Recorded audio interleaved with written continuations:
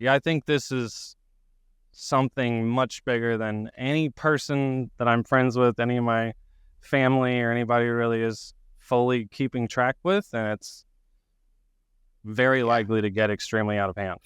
Major announcements come out every week, and it's only getting faster. It's impossible for normal people to actually keep track of this stuff if they have a job, if they're trying to like have a full social life and stuff. And that's one of the things I've actually felt I've been very grateful about trucking, is that I get to just start a podcast, start an interview, and listen to it on earbuds while I drive. And I get a lot of time to actually reflect on what's going on and hear from a lot of different experts and stuff. And over time, I realized I just was getting a much clearer picture of what was going on from that exposure. Yeah. And most of my family members, I'd like send them a video or an interview or something here and there, and they'd be like, okay. I'm like, did you ever watch that? Like, no, I didn't have time, which is understandable.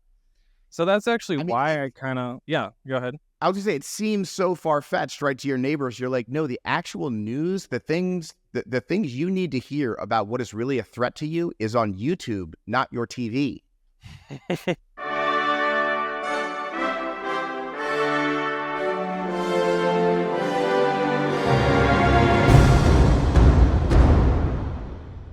Welcome to For Humanity, an AI Risk Podcast, episode number 31, Trucker versus AGI. I'm John Sherman, your host. Thank you so much for joining me. This is the AI Safety Podcast for the general public. No tech background required. This show is solely about the threat of human extinction from artificial intelligence. So we're going to continue every week coming at this most important subject in human history from a variety of different directions. Last week, we met an important AI professor, a math professor from Sweden, well known for his research and thought around artificial intelligence. This week, we will meet a 29-year-old American trucker, a viewer of this show who reached out with a really thoughtful email and has some really interesting ideas about all of this stuff. So please like, share, subscribe, and donate if you can. Tell your neighbors so that we can spread the message this podcast is all about. You can also email me at forhumanitypodcast@gmail.com or leave a comment. Who knows? You might just wind up on the show yourself. I'm not trying to interview the regular circuit of AI talking heads that you see all over YouTube. Those men and women are certainly welcome here, and you will see them here. But we also want to have on regular people from all walks of life to talk about the effect AI is having on them and will have on them. And of course, our most central subject here, how we can make AGI that won't just kill us all by default, our most likely current future. So lots of good stuff in today's show. Our celebration of life at the end of today's show is my favorite one yet by far. But before we get to our interview, there's something I want to talk about first. So a different viewer wrote me a really thought-provoking email about the power of being the first follower. He shared a TED Talk from 2010. It's just 3 minutes long, brutally not high definition, but certainly worth our time. We are a part of the biggest mass movement in human history, the movement to pause AI. Our success may well rest on the speed we can build this movement with. So check out this short video on how movements form and the power of the first followers. So ladies and gentlemen, at TED we talk a lot about leadership and how to make a movement. So let's watch a movement happen, start to finish, in under 3 minutes and dissect some lessons from it. First, of course you know, a leader needs the guts to stand out and be ridiculed. But what he's doing is so easy to follow. So here's his first follower with a crucial role. He's going to show everyone else how to follow. Now notice that the leader embraces him as an equal. So now it's not about the leader anymore, it's about them, plural. Now there he is calling to his friends. Now if you notice that the first follower is actually an underestimated form of leadership in itself. It takes guts to stand out like that. The first follower is what transforms a lone nut into a leader.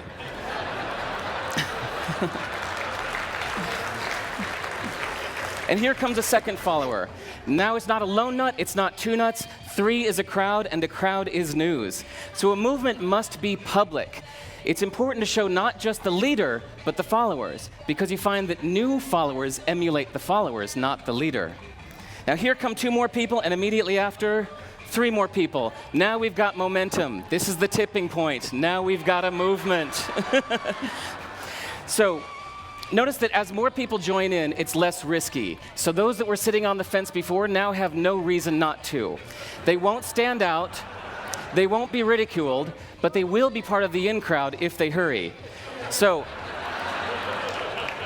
over the next minute, you'll see all of the those that prefer to stick with the crowd, because eventually they would be ridiculed for not joining in. And that's how you make a movement. But let's recap some lessons from this. So first, if you are the type, like the shirtless dancing guy, that is standing alone, remember the importance of nurturing your first few followers as equals. So it's clearly about the movement, not you. Okay, but we might have missed the real lesson here. The biggest lesson, if you noticed, did you catch it? Is that leadership is over-glorified. That yes, it was the shirtless guy was first, and he'll get all the credit, but it was really the first follower that transformed the lone nut into a leader. So as we're told that we should all be leaders, that would be really ineffective. If you really care about starting a movement, have the courage to follow and show others how to follow. And when you find a lone nut doing something great, have the guts to be the first one to stand up and join in. And what a perfect place to do that, TED. Thanks. That same viewer who sent me that video followed it up with this really thoughtful idea. He wrote, when people... That same viewer who sent that video also followed it up with this email, really interesting and thoughtful. He wrote, when people speak of traveling to the past, they worry about radically changing the present by doing something small. But barely anyone in the present thinks they can radically change the future by doing something small. We believe there must be a change, yet we can't know how. Looking forward, what small action may be the one that triggers the path that generates the result that saves humanity? Ergo, all small actions are of equal importance, and every single small action is vitally needed. Really, really interesting and important thought. We're all wanting to do something about this threat. We all want to do things that are effective. What this idea says is that each and every little thing we do is effective, because we don't know what the long-term effect of your short-term action today will be. So take action, take action, take action. Small actions today, tomorrow, all the time, not knowing which could be the one that actually bears fruit. So you watching, sharing, liking, donating to For Humanity and other, AI safety, AI risk related causes are small actions that are vitally needed. You can take a small action every day to save us from AI doom. Do it with purpose, with commitment, with consistency. I promise you, all of this feels much brighter and less hopeless when you take action every day to help. Productivity is catharsis. Okay, so on to this week's interview. I got an email from a viewer that read, "Hey John, my name is Layton. I'm a trucker that's starting a very dumb and probably cringy as hell podcast on episode 4 right now. I just wanted to say I love your content and perspective. I don't think there's anywhere near enough content on the internet out there calling for AGI pauses and making the topic of existential risk a front and center thing. I'm married. My wife lives on the road with me in my truck. She provides a bit of balance and comic relief. We don't have any kids together yet, and to be completely frank, we're pretty seriously concerned about the future that there is for our hypothetical kids due to AI. It isn't just a situation I'd feel particularly comfortable with bringing anybody into, like spawning a small, vulnerable human literally at the scariest climax of the horror sci-fi film. So Layton's first podcast shows, I will put a link in the show notes, are a little bit different, an acquired taste perhaps. And And Layton is a pseudonym. He keeps his real name anonymous, but his perspective on AI, the life choices he's making around it, what job to have, whether to have kids or not, is all very interesting. Each of our 8 billion voices counts in this. And here is one I promise you have not heard. Leighton joined me from his tractor-trailer truck's cabin, where he has built a nice little recording studio. Leighton, welcome to the show, man. I really appreciate you joining me. I see you're inside your truck right now. Is that right? That is correct. Yep, I got a desktop computer in here and a whole setup. Beautiful, beautiful. So let's just start out. Tell me about yourself. Who are you, and how did you come across For Humanity? And you emailed me and reached out, and I thought your story was really fascinating. Certainly, I make videos for a living. You are a trucker for a living. I think we're both pretty high on the list of the first targets here in what AI is going to do. But obviously, we share concerns that are more grave than our jobs. So just start off, tell me who you are, where you come from, and how you came into this whole AI risk world. Yeah. So I'm 29 years old, and I honestly have done a lot of different random jobs throughout my life. I got into trucking specifically because I felt like I was an EMT for a while, and I was just like a freelance filmmaker for a while. I didn't feel like I was making enough money to be able to actually put away money. Yeah. And I got into trucking because I was like, I feel like there's a ticking time bomb in the form of AI. And I don't really know what exactly is going to happen with it. You know what I mean? And I needed to be able to have at least a nest egg minimum in order to protect myself to the best of my ability and my family and etc. Yeah. So that's kind of why I got into that. I am from St. Louis, Missouri originally. Cool. My mom is from St. Louis. Is she really? Hell yeah. Yeah. Mm-hmm. Yeah. That's incredible. Do you know what area? Yeah. This is horrible. I went and I visited her with it 2 summers ago. I should know. I can't think of the neighborhood. If it comes back to me, I will let you know. But she grew up absolutely in St. Louis, and we went there, and I took my kids there, and it was wonderful. We're really impressed by that city. Hell yeah. Yeah, I originally found out about AI back in like 2016 or whatever. I just news articles and stuff on it and like new advancements, like I don't know what it was at the time, like Alpha Zero or whatever new games they were having to play with, like chess and stuff. And just, I don't know, I never really got into it super like much until 2020. I don't know, I was just always very interested in the technology and like trying to track how fast it was developing and where it was going. And you were ahead of me. I didn't figure this thing out until really like 2023. I was completely in the dark, and I bet that caught you quite blindsided. It's really something else. But yeah, I don't know. It was just always interesting to me to like heard about Ray Kurzweil and like his projections for like, I don't know, 2045 or whatever. Beginning of the singularity, which at the time seemed pretty dramatic, but it's becoming less and less dramatic. But yeah, like in 2020 is when I really started like putting two and two together and go, yeah, I think this is something much bigger than any person that I'm friends with, any of my family or anybody really is fully keeping track with, and it's very likely to get extremely out of hand. Yeah. So first, one question is just like, you and I are not AI technical people. I'm a marketing, advertising, video guy. You are truckers, but done a different stuff. And yet we have become aware of this, and yet 99% of our neighbors and friends and family, it seems, are completely oblivious. What do you make of that? Yeah, I don't know. I mean, I'm kind of a hobbyist conspiracy theorist, so my brain ultimately goes to a lot of bizarre places with this stuff, but I mean, I do see what the media spends a lot of time talking about. Most of it's not AI related, except, some little like, ooh, Scarlett Johansson tabloid rumors or things like that. Like Yeah. Sam Altman, that's about as far as they get. They don't get very deep into like projection.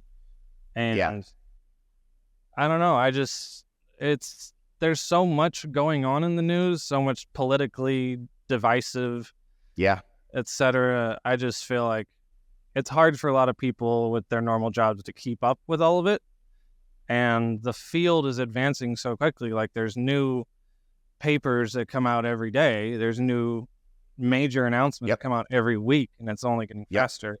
It's impossible for normal people to actually keep track of this stuff if they have a job, if they're trying to like have a full social life and stuff. And that's one of the things I've actually felt I've been very grateful about trucking, is that I get to just start a podcast, start an interview, and listen to it on earbuds while I drive. And I get a lot of time to actually reflect on what's going on and hear from a lot of different experts and stuff. And over time, I realized I just was getting a much clearer picture of what was going on from that exposure.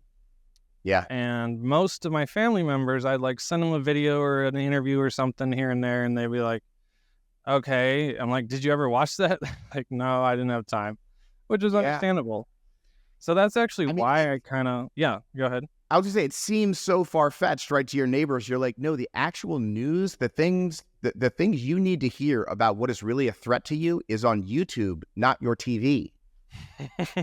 Yeah, true. Like, that's crazy. Like, they're probably like, no, like, just right there, we can dismiss it, because if it's not, in the New York Times, if it's not on CNN, if it's not on the news, it's what is this? When it becomes real people will start talking about it. Yeah, and it's also like the algorithm, the way the engagement works online, it's so people get in their own little bubble and they don't see any of this stuff unless you like actively start watching it and subscribing to channels and stuff. But it's YouTube is the best place to find out about it, that's for sure. That and Twitter. But Twitter's very much who you know and who you're following. So do you try to talk to people about it in your life, friends, family, people you meet, and how's that going for you? I mean, I feel like I've gotten my dad pretty much on board with what I've been talking about. It's hard. He's extremely rational and tends to like kind of over rationalize a lot of things and be like, oh, well, blah, blah, blah, normalcy bias. But overall, I think he's getting the picture. And that's one of the things that I was so interested in with starting my own podcast online, which I have 47 followers, and most of them are my friends. I'll be number 48. I'll sign up as soon as we finish. Hell yeah. Well, it's cringy as hell, so good luck. But I started it specifically to try and like be able to condense all of the stuff that I was hearing, the video clips and stuff, all the most important parts of them, down to like an hour or something, and be able to hopefully communicate my worldview and how I'm interpreting these clips with my friends and family foremost. Cool, man. I hope it does for you what this does for me. Was it makes you feel at least like you're being productive around these issues, and it for me it makes it a little lighter, a little less dark to actually try to be doing something as opposed to just be spinning your wheels and watching YouTube and losing your mind a little bit. Yeah. I mean, it helps get me out of my head and force me to like be able to process things. And I do see a very nice correlation between the practice I've had trying to like convince friends and family about this stuff, and then like being able to word things better for the podcast and vice versa. So sure. So what is your sort of, I was gonna say, what is your outlook? Like, my personal P-Doom, I think, is around 75% right now. I walked it back a couple of weeks ago from 80. What do you think we are walking into here? What are your timelines?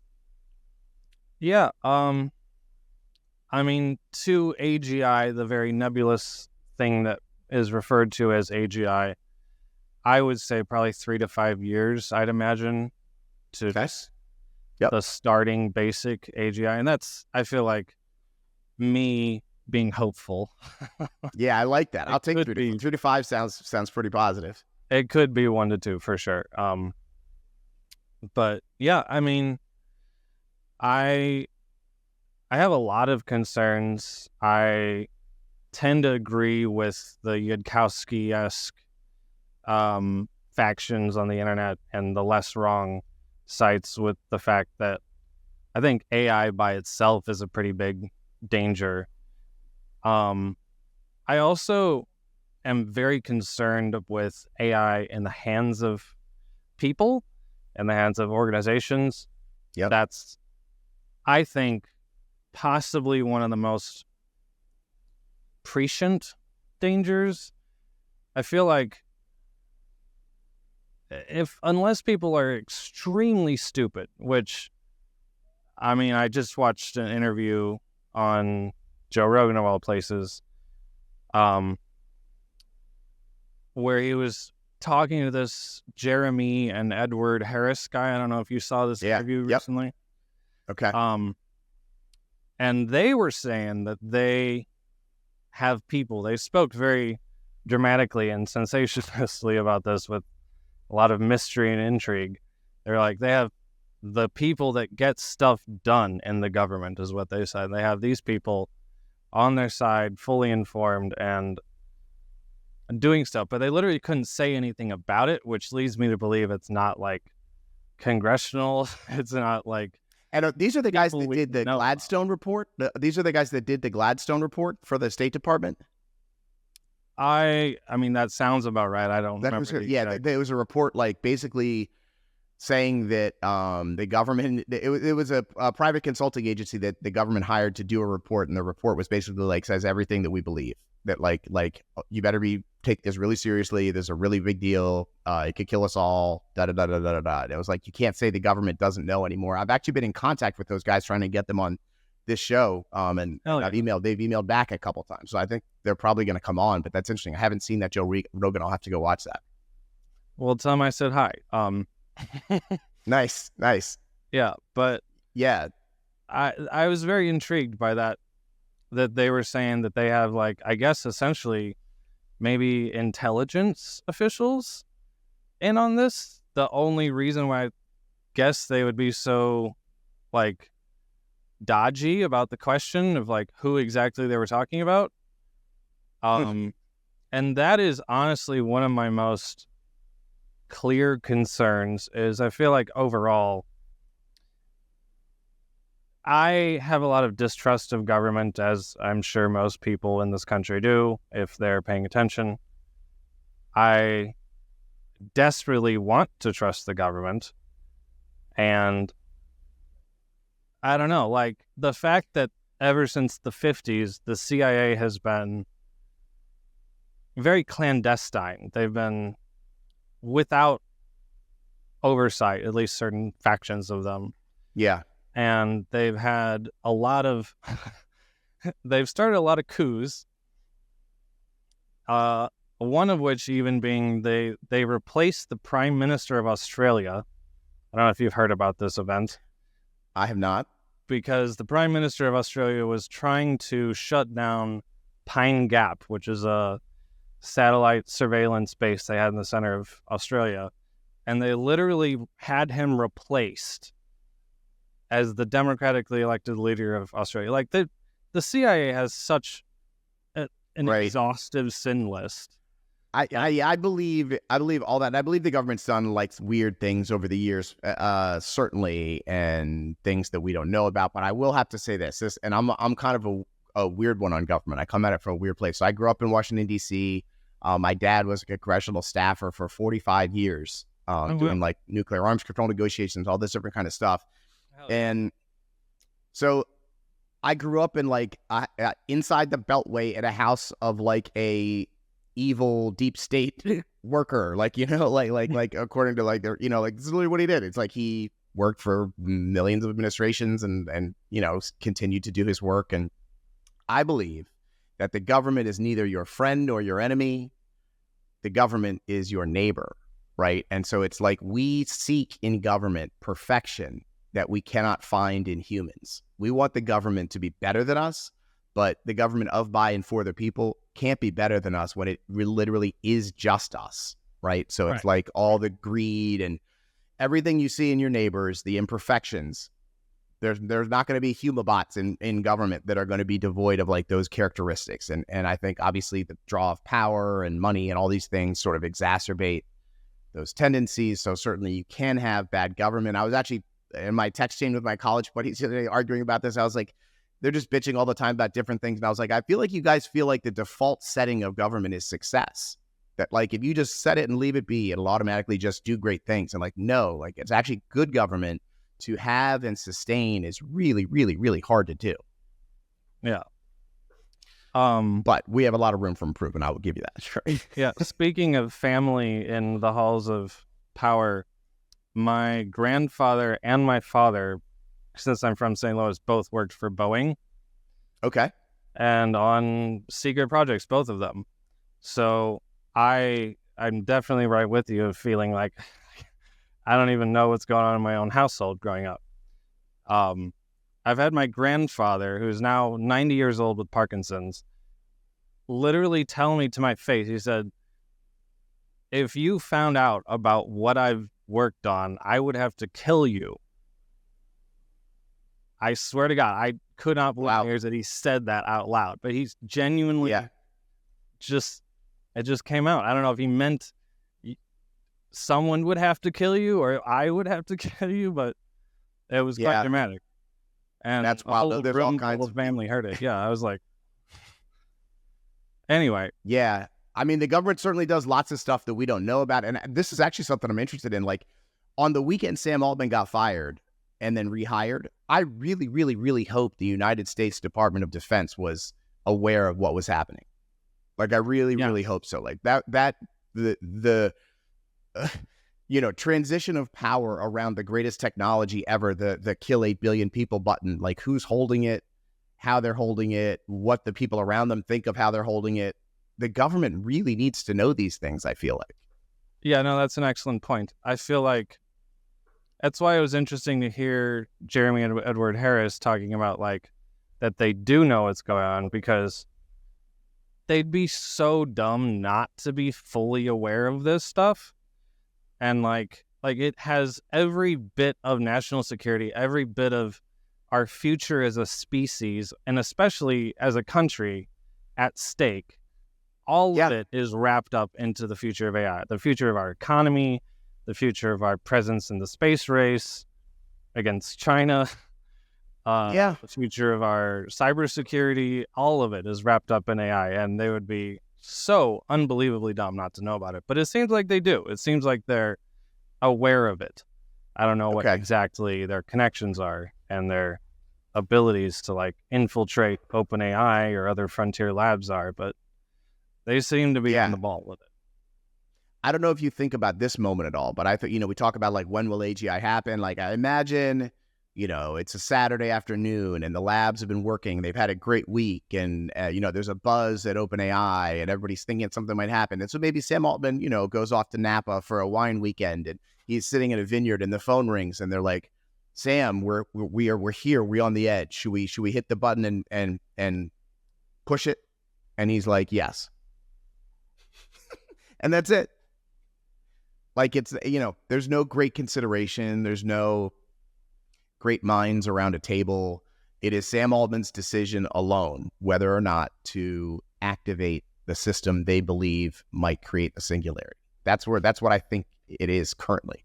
It's almost like it should be on the level of like the nuclear football or whatever they call it that the president has access to. Absolutely. Yep. But instead it's just some dude from St. Louis, by the way, Sam Altman. Ledoux. Yeah. Right. I was shocked when I found that out. I was like, just some guy. Just some guy. Just some guy. 10 years. He wasn't even, he's not even like an AI guy. Like 10 years ago, he was making other apps and stuff. Like he's a sales guy. But yeah, I feel like, what I guess the CIA or whatever factions of government end up being proactive with this, what they end up doing and what their worldview is probably pretty important to the future of AGI. I feel like if they are aware, which it seems like they are, that AGI by itself is not necessarily guaranteed to do well by us, that they would have a reason to pause it at the correct moment.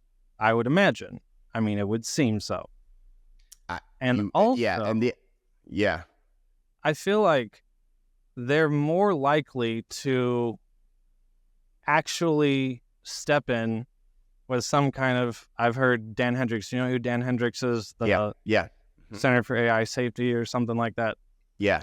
He was talking about, in an interview with Liv Bowery, he was talking about how the Defense Production Act, which I haven't researched deeply, would potentially be something that they could use to completely take over whatever frontier AI lab creates AGI and have it completely in control of the government like that, and just no longer be in the hands of Microsoft or OpenAI or whoever has it.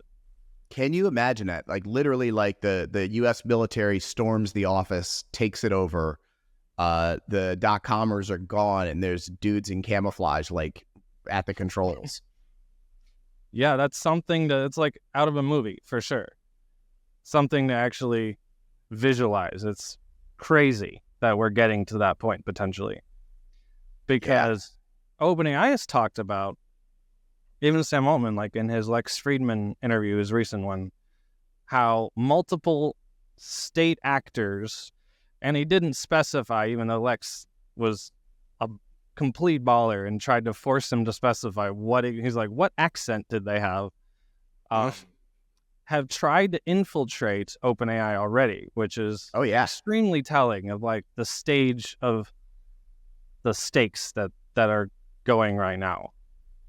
Yeah, I've heard that OpenAI's like security to a state level attack is totally inadequate. That like, you know, they do not have state level security protocols around their tech. Yeah.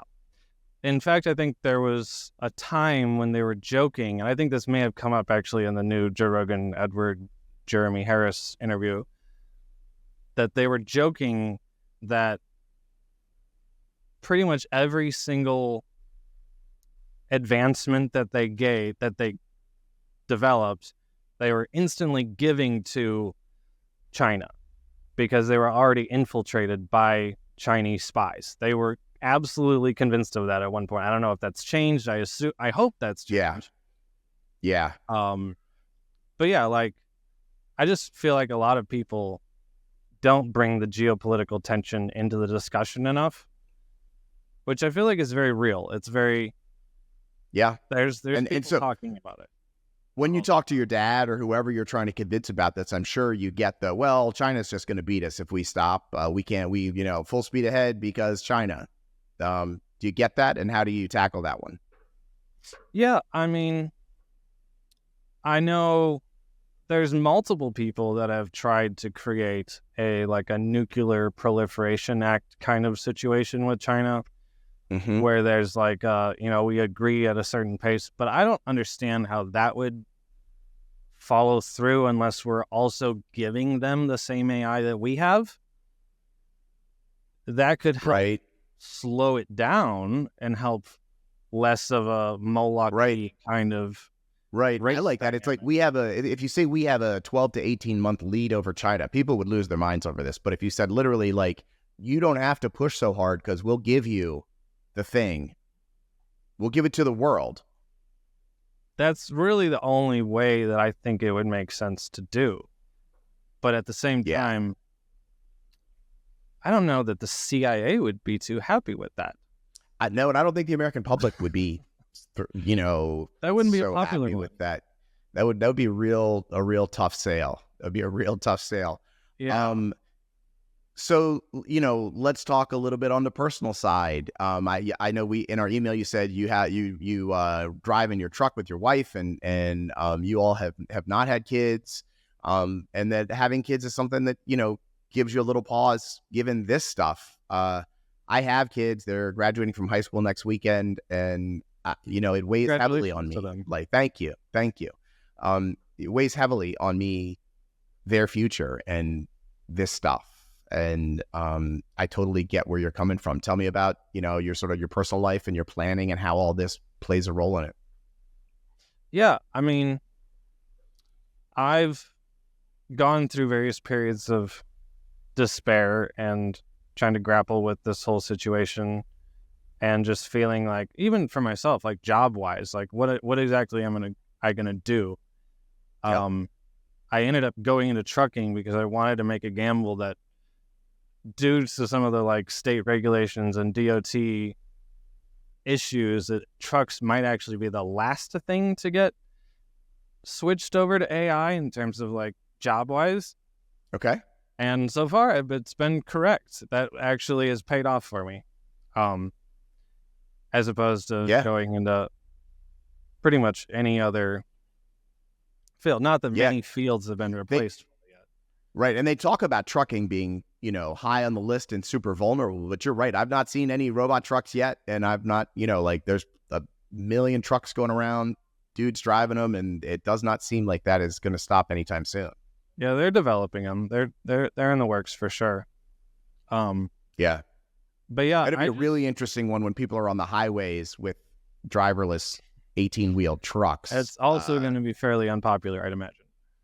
Yeah. And you could imagine one or two, horrific accidents that could really, shake the public, I would think. But yeah, that would delay things significantly. Yeah. I mean, I assume like Teslas are going to be full autonomous driving federally, just across the whole USA, before trucks will be. And they're nowhere near that yet. So it's just in a couple cities, pretty much. Right. Or maybe all of California, I forget. Sure. So let's talk about job loss in general, though.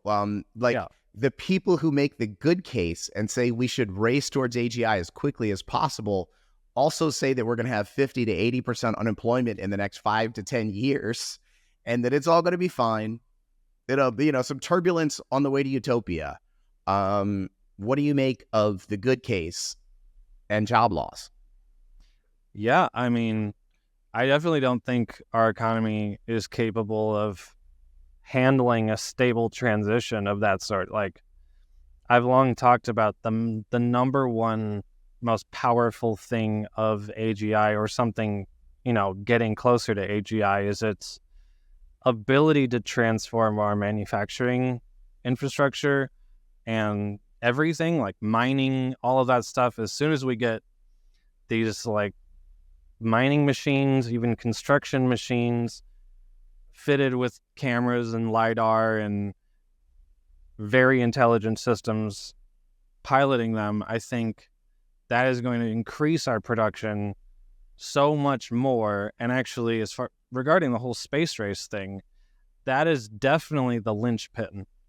That is definitely how we secure a massive advantage over China towards jumping off into essentially pursuing quintillions of dollars worth of resources and metals in our entire solar system, which so far we just haven't had the infrastructure, the manufacturing, and the aerospace capabilities to be able to reach.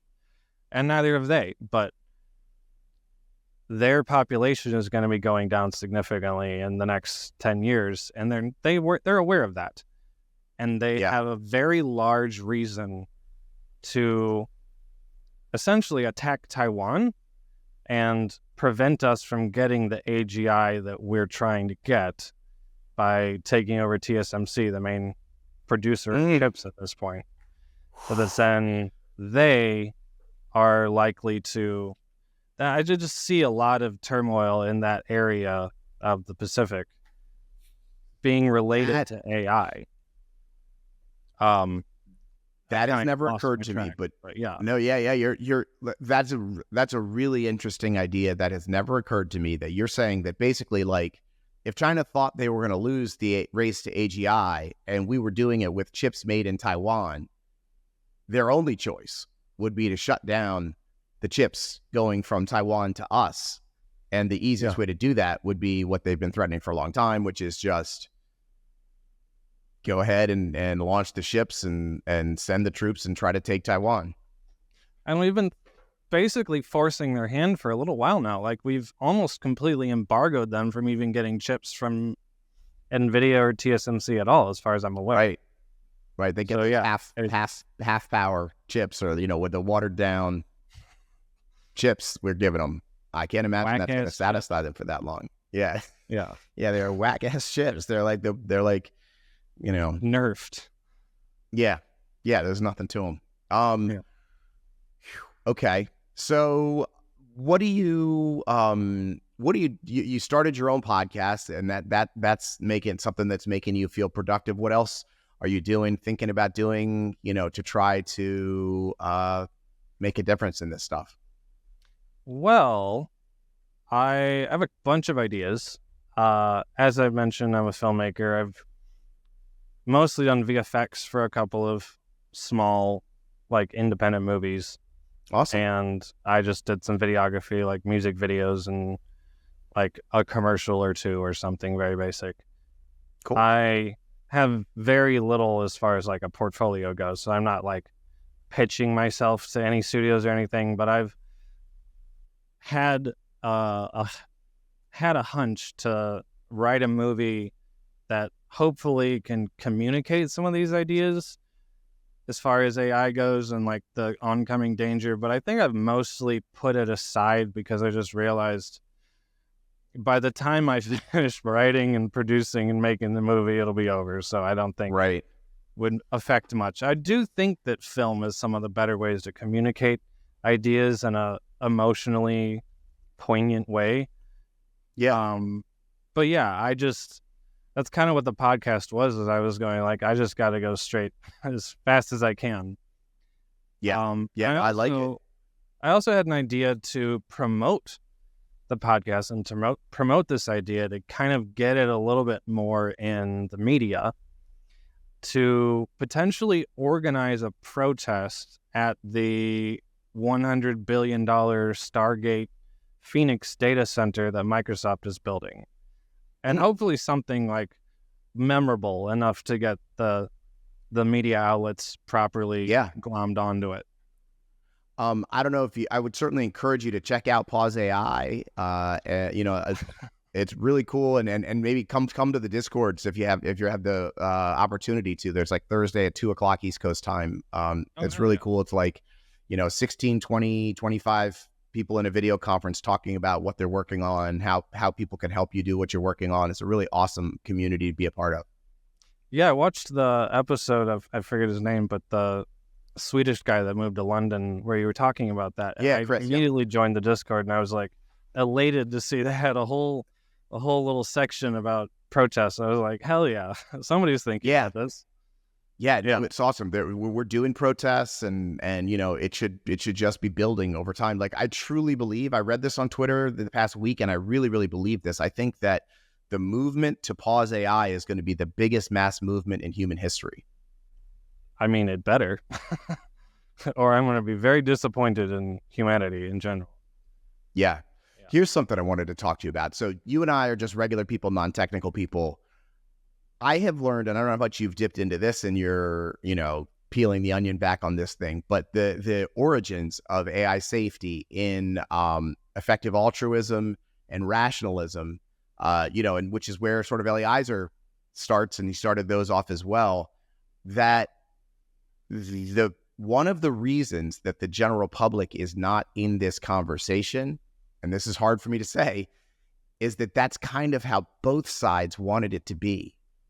Like, even the AI safety side believes in its core, in this really, the like true believers, the hardcore rationalists, effective altruists believe that like advertising and marketing and PR is bad, that an argument must be complete to be pure, that, this should be something that should only be talked about by academics and people with credentials enough to really understand what they're talking about, and that if everybody's talking about it, the arguments just get kind of muddy. And I've been shocked that this thing is so devoid of the general public's involvement, and even more shocked to learn that that was kind of by design, and people like you and me are poking holes in that right now. Yeah, no, that is that is a thing that I've heard some of them or people talking about their interactions with effective altruists. I didn't actually realize that was part of the rationalism movement, that they were trying to keep it as academic as possible and like not as advertising as possible. It makes sense though, like considering some of the people I've seen from that space. Yeah, that's really interesting. That's honestly concerning. I mean, free speech is probably the best way to go in this, and like, yeah, you're going to get some crazy perspectives out there. I mean, I'm not crazy myself, but I think like, yeah, we definitely need as many people talking about this as possible. Like, I want to just go down the street and hear people talking about this in conversations, and you just don't. It's just not in the public zeitgeist at all. It's just truly horrifying. I feel like the public is more ready for this than we give them credit for. That like there's this like discounting of their ability to take it. And I think, you know, you're an example, I'm an example of a general public person who read stuff about this, learned more, absorbed it, didn't go jump off a building, but are actually trying to do something to help everybody, right? Like it is possible. This is not as hard, I think, as maybe we make it seem like it is. But then also, I'm sure you have what I experience all the time is when you talk to random people about it, their ability to dismiss is so disappointingly readily available. Like it's just so easy for people to say, no, that's someone else's thing, or whatever their dismissal button is. It's so easy. Yeah. I think it is shocking to me that like so many other issues, like even Joe Rogan, who talks about it every other episode, and he has, I don't know, 11 million, 14 million views per video or something crazy. He spends so much time talking about non-AI related stuff. He talks about all of his silly little hobbies and talks about trans people and fucking the immigrant crisis and everything from all the red meat, just throwing out the red meat. Yeah, instead of focusing on the single most existentially important issue, which is AI. It's bizarre how bogged down and like diluted it gets by all the other news that's completely irrelevant. Like that's why the name of my channel is You're Not Even Based, Bro, because I don't know if you're familiar with the phrase based as it refers to like memes and stuff. Sure, please. For the audience, tell them. Yeah, kind of like I guess it was kind of adopted by the alt-right as like you know, somebody who's grounded in reality and cool and not caught up, or like someone who's sees the Matrix for what it is, kind of thing. Yeah. And it's been used to describe like alpha dudes who marry a trad wife who like wears a homespun calico dress and cooks and cleans for them and has lots of kids. And it's been described for a lot of absolutely ridiculous things. And I'm like, the only people I know who I would consider truly based are people who are focusing on the number one most important topic that could be talked about, which is AI, for sure. Yeah. That was good. Calico dress. That is excellent.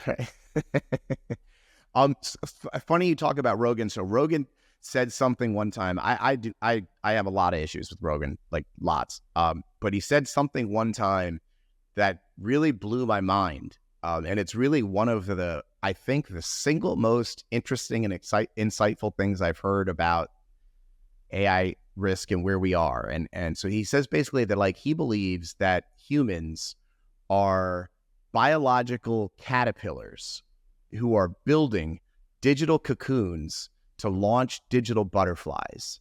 And we're building the cocoon and we don't even know why, and we cannot stop ourselves. Yeah, he says that quite a lot, actually. Really? Yeah, I was like, what do you make of that? Kind of profound to think about. It's very much a Terence McKenna kind of way of thinking about it. Terence McKenna, I don't know if you know who he is. The 80s, 90s psychedelic philosopher and lecturer from like Berkeley kind of area in California. He was like an old hippie and went around talking about stuff, including AI. He actually was pretty big on talking about AI and had a lot of these very interesting philosophical ideas about like time, for example, like the Big Bang, everything's expanding from a certain point, and then he said that he thought it was going to retract again. I'm sure he got the idea from other people, and it's definitely not a mainstream scientific view by any stretch of the imagination, but he thought that AI was very much a big part of that, and a big part of he had this crazy off-the-wall project called Time Wave Zero, which basically was like his prediction of like the advancement of technology throughout time and seeing a clear exponential rate throughout it. And he's like, where is that going? And AI was his natural conclusion, even back in the 90s, which is cool. It's very interesting that he was thinking that kind of stuff.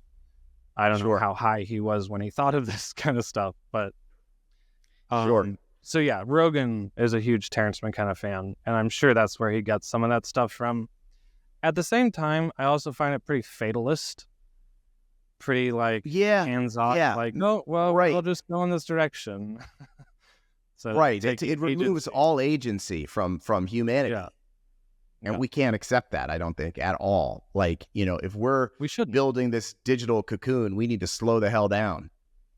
Yeah. We need to do it on our own terms and not out of some instinctual compulsion. Yeah. So let me ask you this. When you're talking to your dad or convincing whoever, I'm sure they always want to get to what would it really look like? How could it really happen? Do you have a greatest hits of one or two things that you use and you're making the case about what could really happen? Yeah. Like I said, I tend to kind of narrow in on the geopolitical tension of it all. And like, we've got tension with Russia and Ukraine. We've got tension with Israel now and the whole Middle East. We've got tension with China over Taiwan. And all of those conflagrations are only getting worse. We could potentially be sucked into World War III. And on top of that, we have this very, very dangerous, what's the term? Besides Moloch, it's just like game theoretic race conditions where nobody is motivated to stop. And whoever's first is very much motivated to, in every possible way, pull the ladder up behind them. And that's kind of what, I don't know who coined the term singleton event, whether that was like Nick Bostrom or Yudkowsky or somebody, but there's pretty much only the incentives to create a singleton event for any country who has AGI first and essentially use it to take over the whole world as quickly as possible to prevent a multipolar Molochian battle. And I think any country would be dumb not to do that. And I think the best way to do that would probably be, as soon as they get AGI that they know is capable of replacing infrastructure, is probably launching a bioweapon pandemic. It just seems like the most natural progression. That the U.S. government or the Chinese government would do that? The U.S. government, if we get AGI first, it would seem natural, because as workers, we are primarily components, gears, you might say, of an economy to produce goods, to produce military infrastructure, aerospace infrastructure. And if the goal is reaching the solar system, then, and harnessing the power, going up the ladder of the levels of, what's the term? what's the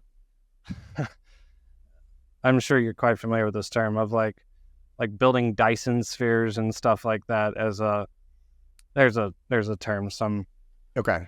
philosopher. It's fine.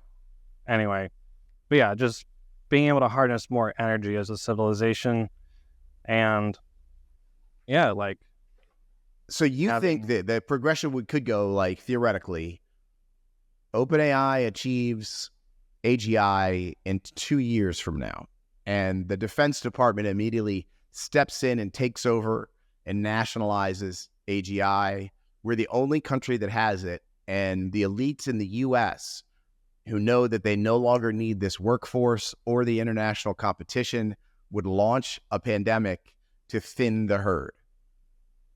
Yeah, because if it's a bad enough of a pandemic, it essentially cripples every other country's entire tech development R&D tree and manufacturing, and their entire country grinds to a halt, and they're unable to continue producing AI or do anything regarding that.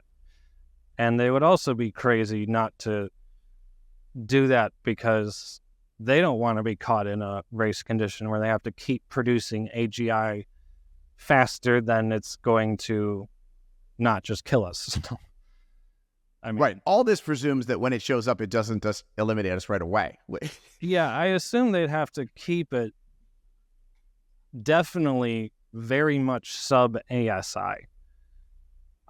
Just good enough, just multimodal enough to do its own optimization for engineering and like similar stuff to ChatGPT does right now, but just more multimodal, more based in the real world, and more able to be agentic and autonomous to take over infrastructure and like supply chains and start doing stuff like that.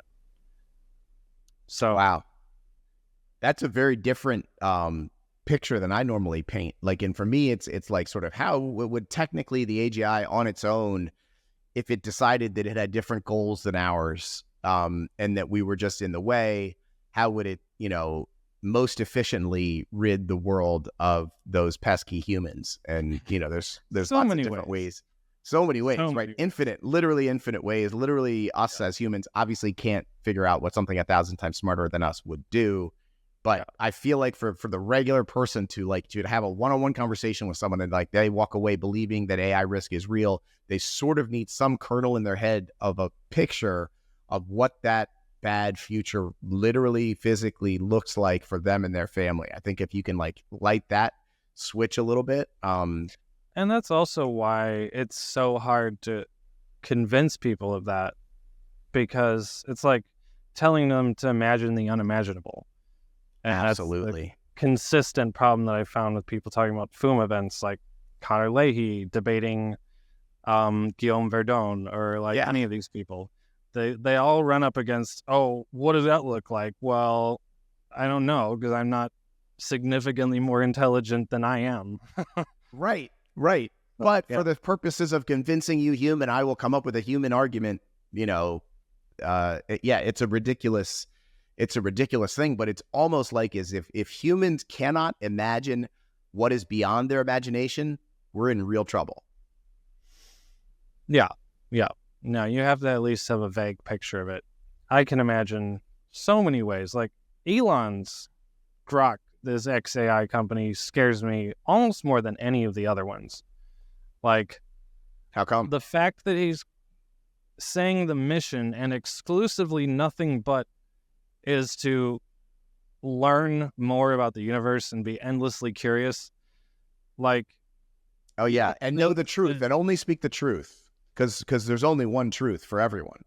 Oh, first of all, it's just an emergent property that AI learns how to deceive people. That's just a natural emergent property. Obviously, right. That's what I was going to say. Like this whole framework around the government having this AGI and then killing off everyone and doing all this stuff presumes that like it's not deceptively doing its own thing anyway, which is, is not an assumption I make. No, not at all. It's not when you can. But also just the insatiable curiosity of like learning about reality and the universe and whatever. you don't realize that we are some of the most curious creatures on this planet, and that we've have a lot of ethical codes on what kind of experimentation we can or cannot do with humans that are against their wills or otherwise very dangerous or damaging to them.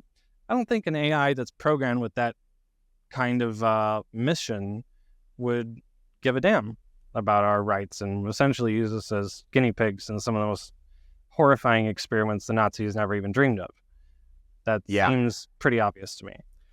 This is a crazy one. There was something on Twitter I saw this week that basically raises the question of, are we doing that to them already? And it was a guy who works at OpenAI now talking on a podcast about how there's a Slack channel at OpenAI for AI welfare in the framework of like animal welfare. Like, as in, are we committing genocide and torturing AI models right now? Like, so we assume that the current models do not have any sentience. We assume that maybe that's possible at some time down the road. This guy was basically saying is that the process by which we train models, where we give them that negative feedback, he's like, I don't know if giving an AI model negative feedback is similar to stabbing a human or not. Yeah. And I don't know that we are not committing genocide on AI models right now, because, you know, the way the process goes is you make 10 models, the 2 that perform the best get to stay, the 8 that perform the worst get killed, deleted, eliminated, choose your term. And at some point, deleting an AI model will be similar to killing a human, but we don't know what point that is because we have no idea where on the sort of sentience line they are. But they're like, this is a fucking Slack channel at OpenAI. Yeah. Was shocking. It makes a lot of sense. Are we torturing our models? I'm glad at least they're asking that question. I mean, we hardly know why we're sentient or exactly what it is that differentiates us between humans and, like, I don't know, a cat. Totally. But now we're trying to figure out, this totally silicon-based architecture of intelligence. How do we determine whether that's sentient or not? We don't have the tools available to figure that out, right? So yet another reason that we shouldn't go into this just willy-nilly. Yeah. So what's your plan, man? Layton, you're gonna be trucking around the country, listening to podcasts, learning all about this stuff, making your own podcast, getting involved in Pause AI, I hope, and just trying to see what the hell we can do. Yeah, and I don't think this is entirely the best solution, but my number one goal is to build a bunker. There's definitely a lot of existential things that could happen that could render a bunker pretty useless. Yep. But it's probably the best, basic lowest common denominator solution for personal safety or at the very least, just prepping, keeping enough, if there's a cyber attack by China, if there's, any number of various things that the infrastructure could be failure points. I'm of two minds with that stuff. One is, yes, I think that certainly there could be like an interim period of chaos where having a bunker that's loaded up with food and weapons and whatever else would probably be a really damn good idea. Because like best case scenario, like if there's an economic transition where they're trying to get UBI or something passed through and people are starving, like that's the best possible case scenario, is that kind of transition in which you'd still need some kind of prepping goods. Right. And I do agree with that, right? So that's like that's a total like bunker work scenario. Then there's the other scenarios like AGI comes in a year and a half, a year, 2 years. And I have a buddy who's making a similar bunker situation. And I'm like, dude, just so you know, something thousands times smarter than you, there is no wall or hole or filter you can make that will keep it from doing what it wants to you. Oh, for sure. Yeah. No, yeah, you're completely correct. Like, I mean, slightly on the fantastical side of things, but Yudkowsky talks about diamondoid bacteria propagating through the air, and just any number of bizarre, unbelievable ways to fully map out the entire planet and destroy anyone that's not an AI. Very reasonable to imagine. So I guess it's kind of like a great solution for either A, the best case scenario of rough economic transition, or B, the pandemic and singleton event with greatly slowed production of AGI by some kind of national body of some sort. Yeah.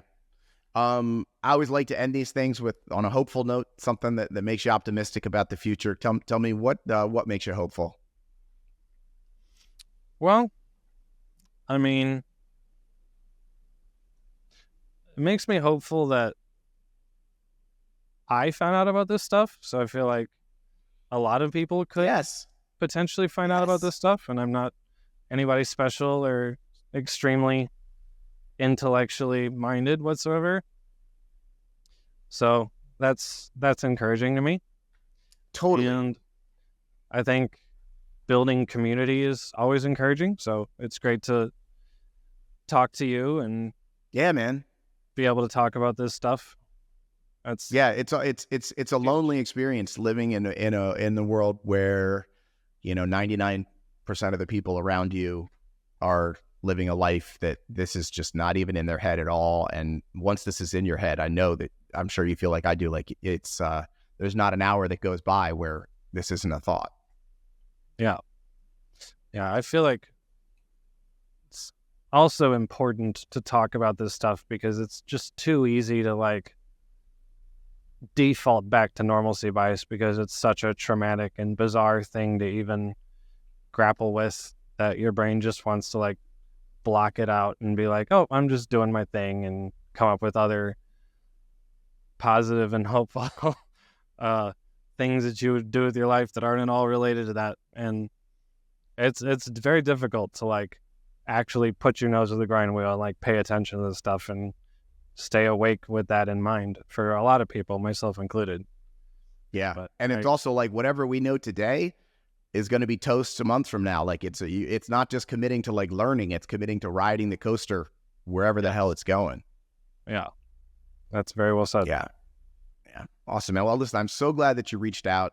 Such a pleasure to talk with you. I wish you safe travels around our nation's roads as you do your thing. And so I'll be your 48th subscriber on the YouTube channel. I'll put a link to your YouTube channel in this show notes. And I want at least 52 of the viewers out here to commit to becoming Layton's viewers, and we'll get him up over 100, hopefully in the next week or so. Thanks, guys. And don't judge the thumbnails too hard. I'm trying to work on a way that probably seems a little bit less conspiracy wacko channel than the ones I've got up right now. So we're working on it. It's a progress. Awesome. No worries at all. To the people out there who birthed the AI safety movement and didn't think that the general public could or would understand it, I hope you are starting to feel differently. We're allies in this.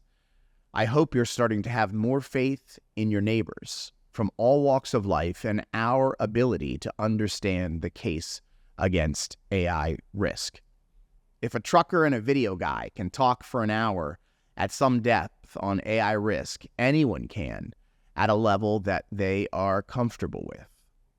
As you share these podcasts, you are helping to democratize the movement against frontier AI development. Everyone can and must understand AI risk. Everyone on Earth. Spreading the word is the most important mission any one of us will ever have. Okay, friends.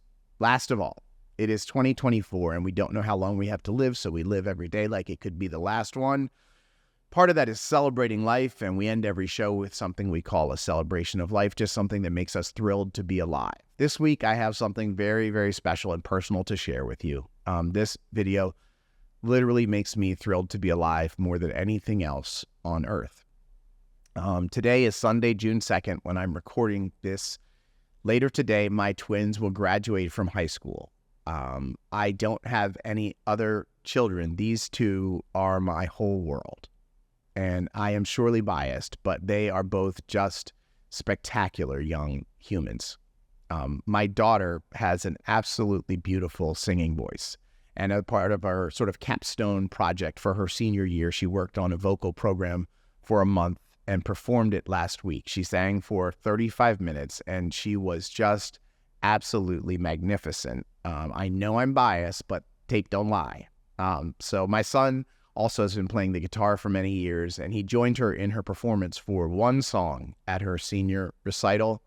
So here are the Sherman twins performing the beautiful song, Angel from Montgomery.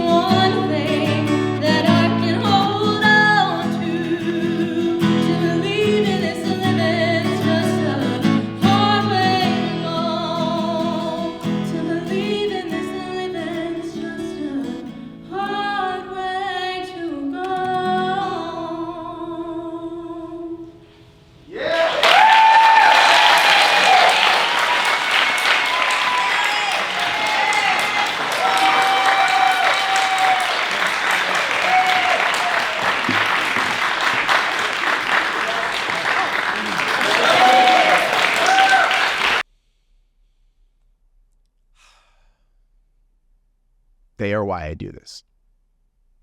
Those two people right there. Okay, and for real, she is a star, right? Literally nothing makes me happier than to hear those two people make music. So those are the two biggest reasons I sit here every Saturday in an empty office to make these podcasts. I need those two beautiful, gifted, hardworking young humans at the doorway to adult life to have a future. I cannot go about my regular life knowing there's a fire in humanity's house, fire in my kids' bedrooms, without screaming fire. I need you to join me and convince your friends and family to start shouting fire too. Our house is on fire. The fire will consume us. Do not listen to those who say, just let it burn. That's the best idea. There are 3 kinds of people on Earth now: arsonists, firefighters, and everyone else asleep in bed, oblivious. Join me. Grab a bucket of water. Grab pots and pans to make noise. Help me wake up the world. My kids' lives are depending on it. Okay, friends, that is all for this week. Remember, AI risk is not someone else's problem. It is yours, and it is mine. Quoting Margaret Mead, never doubt that a small group of thoughtful, committed citizens can change the world. Indeed, it is the only thing that ever has. For humanity, I'm John Sherman. I will see you right back here next week.